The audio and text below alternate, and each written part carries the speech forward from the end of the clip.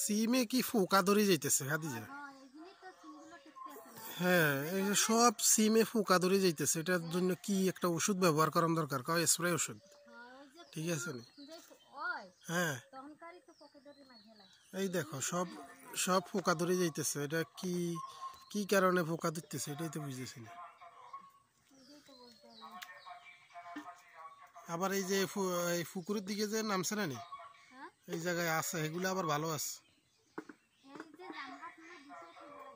হ্যাঁ,